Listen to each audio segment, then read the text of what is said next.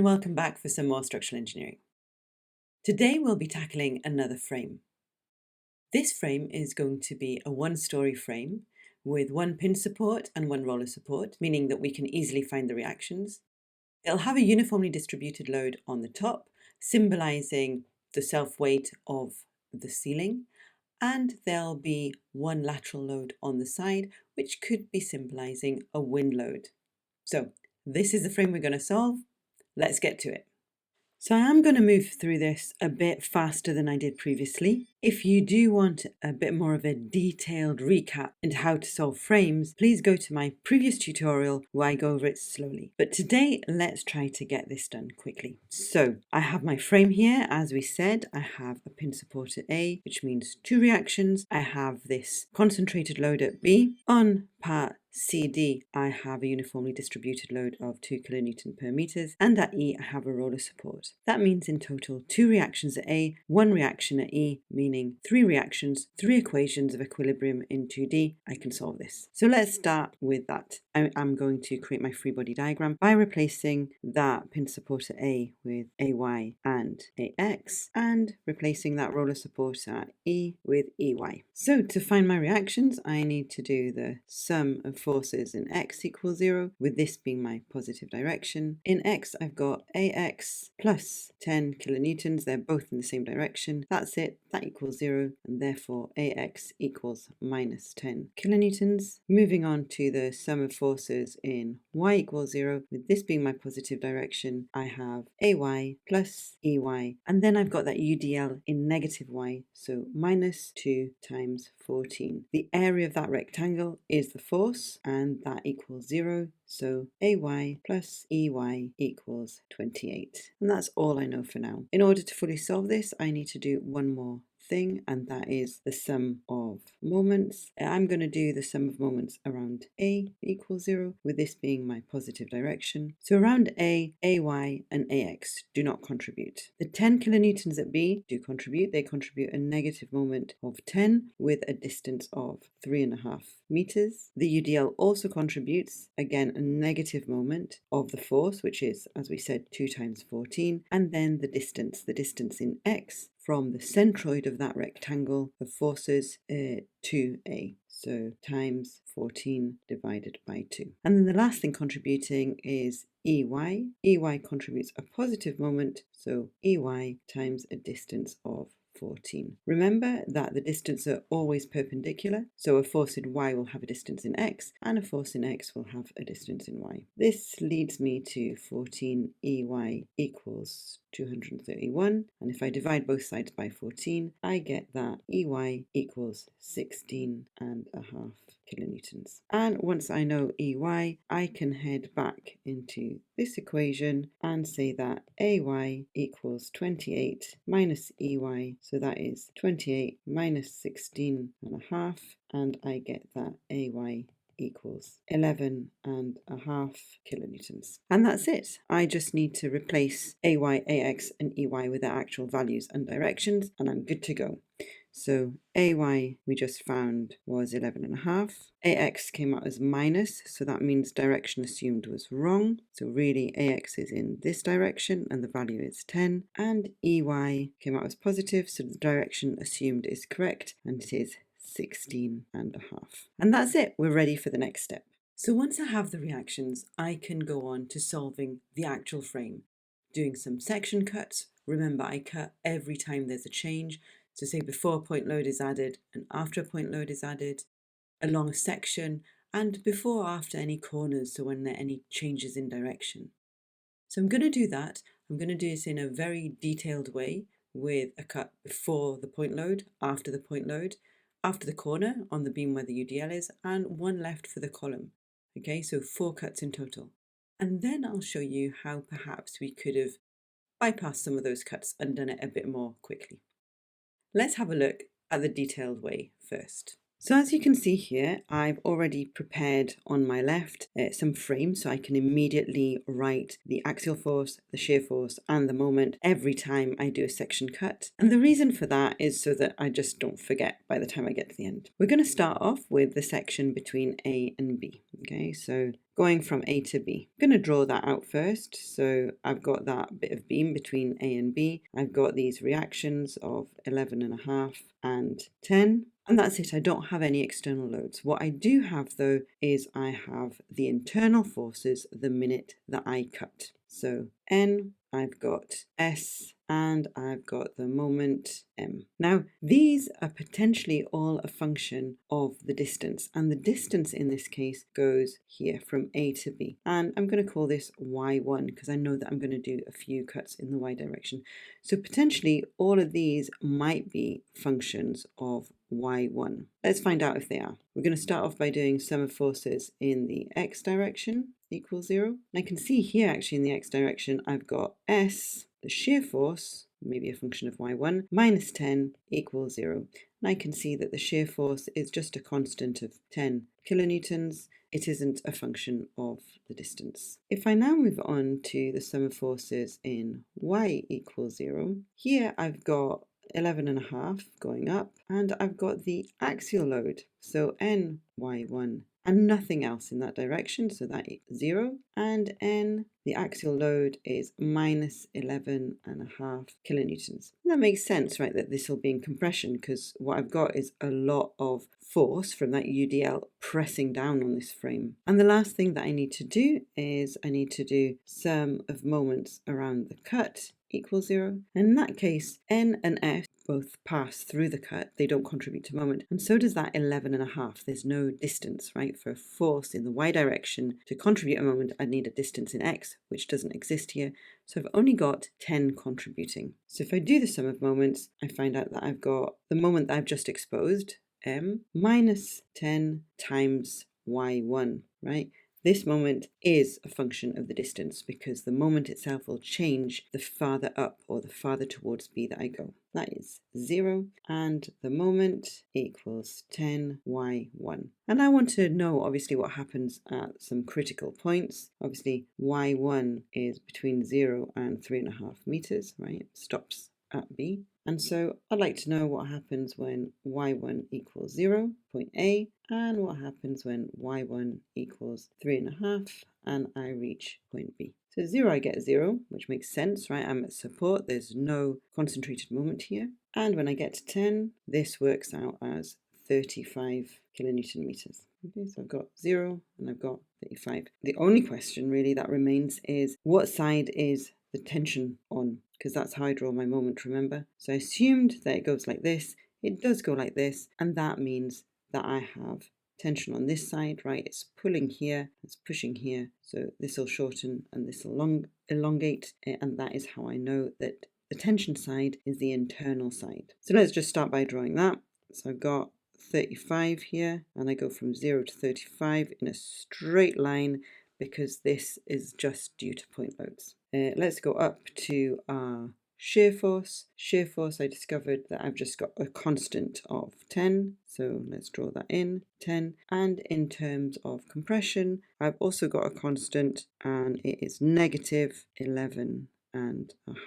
That's my compression force. And that's the first cut done and dusted. I can now move on to my second cut. I'm going to do this a little bit differently from what I did last time. And by that I mean I am just going to look from B to C. So segment B to C. And what I mean by that is I am going to take the bit of the beam that I had before and I'm going to add on top of that the bit of the beam. So I've got here A, this is B, this is still B, this is just cut, and C. And I'm going to cut somewhere between B and C. So here, so I can just get rid of C, it's just somewhere between. Now at A, if you recall, I had 11.5, I had 10, and then I had those internal forces that I exposed. So I had a moment here of 35, I had a shear force of 10 and I had an axial force of minus, so it's going down 11.5. So I've drawn all of these in the actual directions that they occurred. Now on B, I have the addition of this force of 10, but these internal forces have to balance each other out,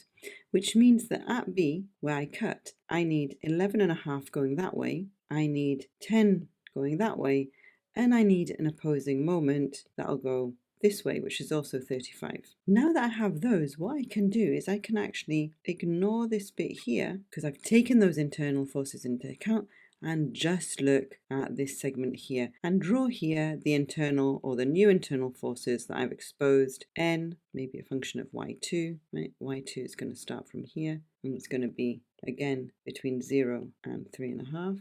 I've got S, also perhaps a function of y2, that depends on the load, and I've got this moment here, M, also potentially a function of y2.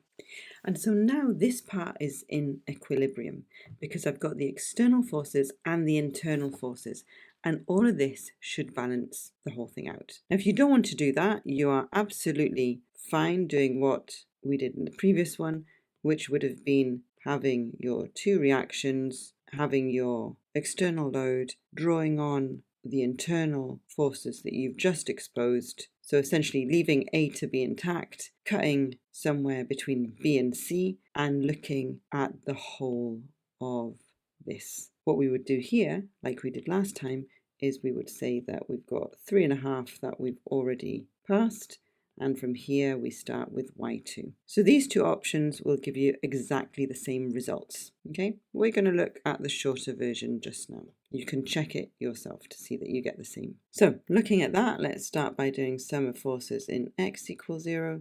In this case, I've got minus 10 from the internal force that I exposed at B. I've got plus 10 from the external load at B. And then I've got plus S equals 0. And I can immediately see that S, the shear force, equals 0 because everything has already been balanced out. If I move on to the sum of forces in y equals 0, I've got 11.5 that I exposed earlier, plus n y2 equals 0.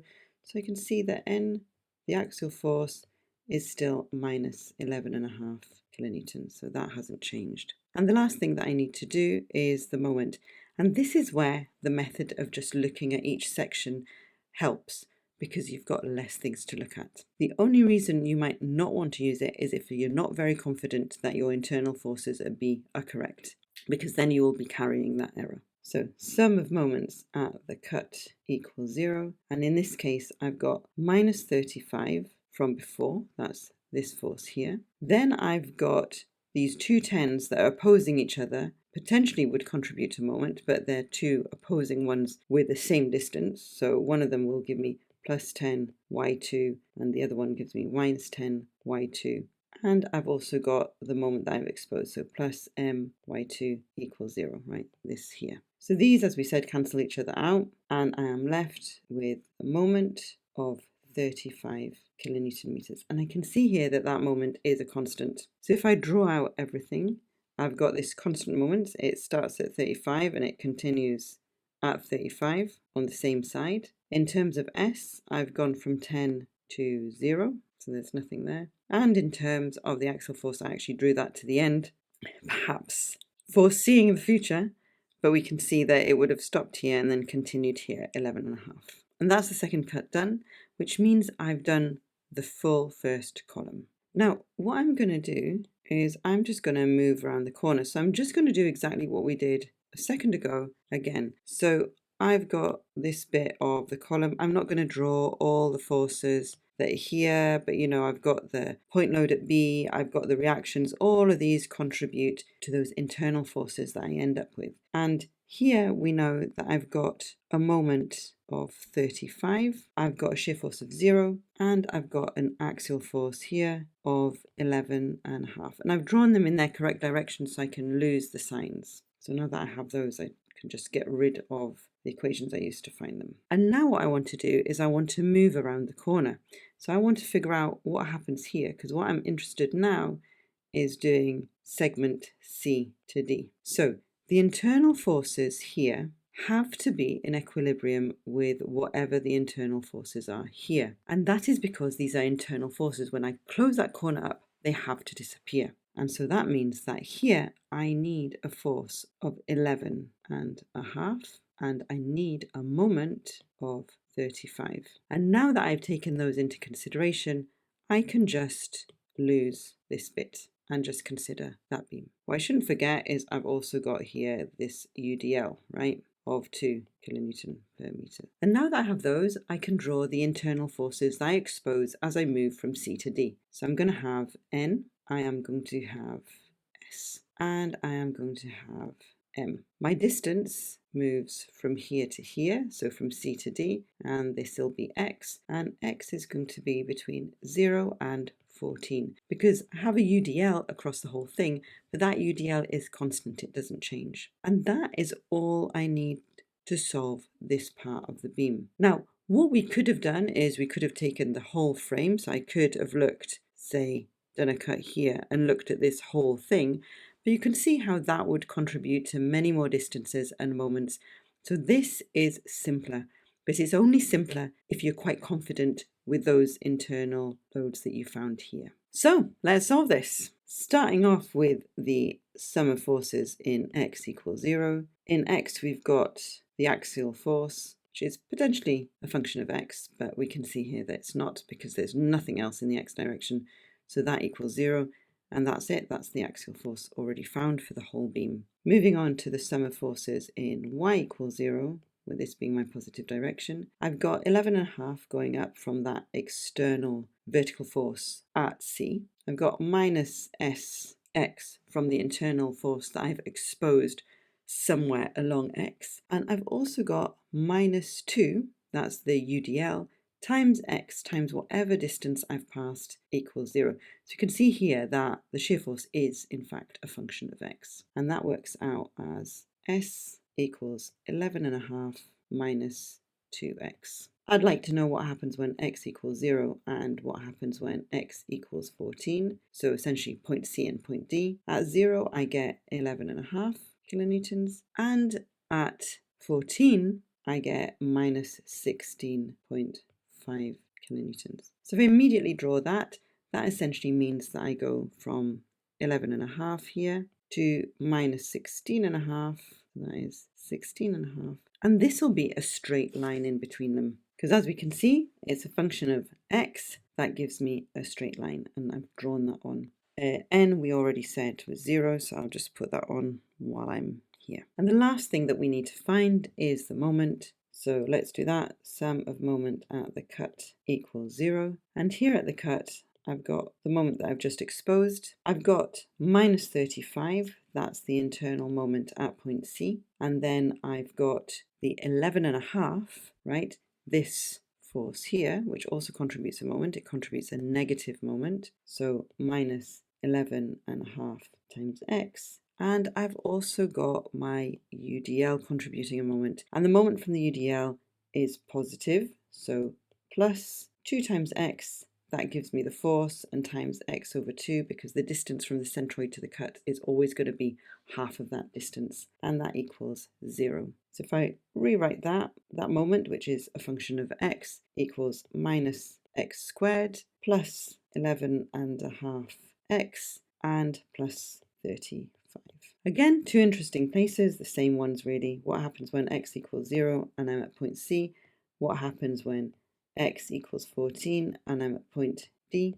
At 0 I get 35 kilonewton meters, and that makes absolute sense because I'm starting at 35. There's been no jump in moment, there's not been any concentrated moment added, so I need to start at 35. And if I calculate 14, I get 0. And we'll see in a minute if that makes sense. I'm just going to draw it on in a different color so it'll kind of be obvious here. So I start with 35, that 35 is on this side, right? And I go to 0 and it'll be parabolic and it'll look something like that. Now I can also find where that place of maximum is. I can see here that it's not going to be in the middle, right? It's going to be somewhere closer to this side. And I can find that exact location. So let me find out where it is and how much that moment is. So we started off at 35. How big is this moment going to be, this max moment? So location and value of max moment. So there are two ways of doing it. One way is to look at the shear. We know that maximum moment is always when the shear passes through 0. I can do that mathematically. So let's start off by doing that. I know that the shear is, and I've calculated this, right? The shear worked out as 11.5 minus 2x. Now, when that shear equals 0, that is the location of the maximum moment. When that shear equals 0, I end up with 2x equals 11.5. If I divide both sides by 2, I get that x equals 5.75 meters. Okay, so this distance here is 5.75. And now the easiest thing to do is go back to the bending moment equation that I found. And if you recall, that was minus x squared plus 11.5x plus 35. And put x equals 5.75 in there. Calculate that, and I should get 68.0625 kilonewton meters. And that's this moment, the maximum moment here. So the maximum moment is at a distance of 5.75 from C, and its value is 68.0625 kilonewton meters. Now, say that you didn't write out the equations, but you had calculated the shear force. You could do something pretty similar with similar triangles, right? If you have this, you know that this value is 16.5, this is 11.5, this whole thing is 14, and therefore if this is x to the 0, this is 14 minus x. You can just use similar triangles because you know that the angle doesn't change. You can say that 11.5 divided by x has to equal 16.5 divided by 14 minus x. And if you solve this, you know, like 11.5 multiplied by 14 minus x equals 16.5 times x. If you solve x, you'll get to the same x, 5.75 meters, and you can solve the rest in the same way, or you can just figure out what the moment is at that distance. So it just depends how many calculations you've done. But that's it. We've also found the maximum moment and its location. And that's the full beam finished. Now, the very last thing that we want to do is turn that corner and figure out section DE. No changes along DE, so we'll just need to do one cut somewhere here. If we go from D to E. I could also start from E to D. So what I need to do is figure out what happened at the corner, transfer it down here, and that's it. So we know that we had 16.5 going up. N was 0 and the moment was 0, so that's all we have. So actually quite an easy one to do. That means that I've got 16.5 going down. And all I need to do now is add in my forces N, my shear force S, and my bending moment M, and solve this bit here with Y3 now going from 0 to 7. And I don't need this bit anymore, so I can just get rid of it. So let's do this quickly. Sum of forces in x equals 0. The only thing I have in x is the s that I've exposed, so that equals 0. Sum of forces in y equals 0. Here I've got minus 16.5 minus n equals 0. So n equals minus 16.5. So I've got a compressive force of 16.5 kilonewtons. And the last thing I need to do is moments at the cut. Sum of moments at the cut equals 0. And I don't know if you can see this, but all the forces pass through the cut, so there's not going to be a moment. So the moment equals 0. And that's it. Not much to draw on, but let's do it anyway and finish. I've got minus 16.5 here, axial force. I've got 0 going down here, and I've also got 0 going down here. And that's it. Let's have a quick look at what we found. These are my final graphs. I can see on the two columns I have compressive forces of 11.5 and 16.5. And I can see that my shear, I've got some shear on one column, no shear on the other, and I've got a shear that is shaped according to the UDL. And in the moment, I can see that I've got on the column, I've got a linear moment due to the force. It changes to a constant moment And then here I've got a parabolic moment where I've managed to find where the maximum is and where it is. And here I can see that I have no moment. And that's it. We've figured everything out. So we did do quite a lot. We divided our frame into 4 sections. We looked at the equations for each of them. The equations actually were really helpful when we came to look at the moment, because not only did they give us the shape of the moment each time, if it's linear or parabolic, but also gave us the value and the location of the maximum moment.